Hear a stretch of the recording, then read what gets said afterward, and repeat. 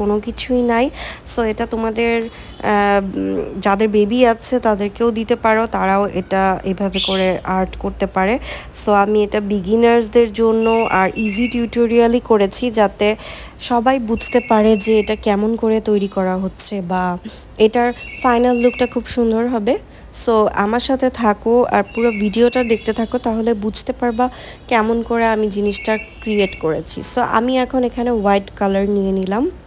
আমি কিন্তু অন্য কোনো কালার ইউজ করি নাই, জাস্ট পার্পল অ্যান্ড হোয়াইটই নিয়েছি। আর যেটা লাইট পার্পল দেখছো ওটা হোয়াইট আর পার্পলটা মিক্সচার হয়ে একটা শেড তৈরি হয়েছে, যেটা কিনা লাইট পার্পল। ওটা আমি হাতের মাধ্যমেই তৈরি করে নিয়েছি, যে যাতে জিনিসটার একটা মানে শেডের জন্য, শেডের ব্যাপার স্যাপার আছে সেটার জন্য। সো বারবারই দেখাচ্ছি আমি কিন্তু ফিঙ্গার টিপস দিয়ে করছি, কোনো ব্রাশ ইউজ করি নাই, জাস্ট আমার জারটার জন্য আমি ব্রাশ ইউজ করেছিলাম। আর আমি একটা জিনিস না শুকালে আরেকটাতে হাত দিই না সহজে, বাট তোমাদের বোঝার সুবিধার্থে আমি কিন্তু কাঁচা অবস্থাতেই আমার একটা ফিনিশ না হতেই আরেকটাতে হাত দিয়ে দিয়েছি। সো একটু ড্রাই হতেও দেইনি, তো পুরোপুরি র একদম একদম মানে যেভাবে ফুল ক্লিপ গেছে ওভাবেই কিন্তু আমি এটাকে রেকর্ড করেছি।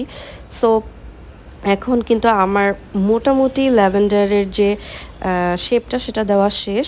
এখন আমি কিছু প্যাটেলস আঁকবো, যেটা হচ্ছে গিয়ে সেটাও আমি ফিঙ্গার টিপস দিয়ে করব, যে প্যাটেলস একটু ছড়ায় গেছে, পড়েছে নিচে উপরে।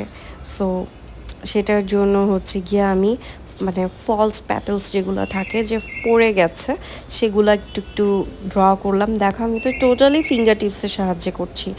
সো বুঝতেই পারছো এটা একদমই ইজি টিউটোরিয়াল, আশা করি তোমাদের ভালো লাগবে।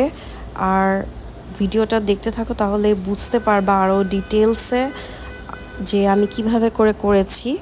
তো এভাবে করে ফিনিশ করার পর আমি তুলি অবশ্যই ইউজ করব, কিন্তু তুলিটা কি কাজে ইউজ করব সেটা তোমরা দেখে নিও। যে আমার যে লাইক ল্যাভেন্ডারের যে আমার ডাটিটা দিতে হবে, সো স্টিকটা দেওয়ার জন্য আমার হচ্ছে গিয়ে তোমার তুলি ইউজ করতে হবে, কারণ আমি তো ফিঙ্গার টিপস দিয়ে সেই স্টিকটা যদি দেই তাহলে অতটা সুন্দর হবে না। দ্যাটস ওয়াই আমাকে ওই জায়গায় তুলি ইউজ করতে হয়েছে। আর প্যাটেলসগুলো কিন্তু এভাবে করে জাস্ট ড্যাপ করে দিবা। সো একটা মিস্টেক এঁকে ফেলেছি, আরেকটা টিউটোরিয়াল আমি দেখাচ্ছি। সো এভাবে করে সুন্দর মতন তোমরা ড্র করে নিবা, যেহেতু এটা গ্লাস জারের ভিতর। সো একটু আপ অ্যান্ড ডাউন রাখবা, কারণ গ্লাসের ভিতর একটা রিফ্লেকশন হয়, তখন একটু আমরা দেখি যে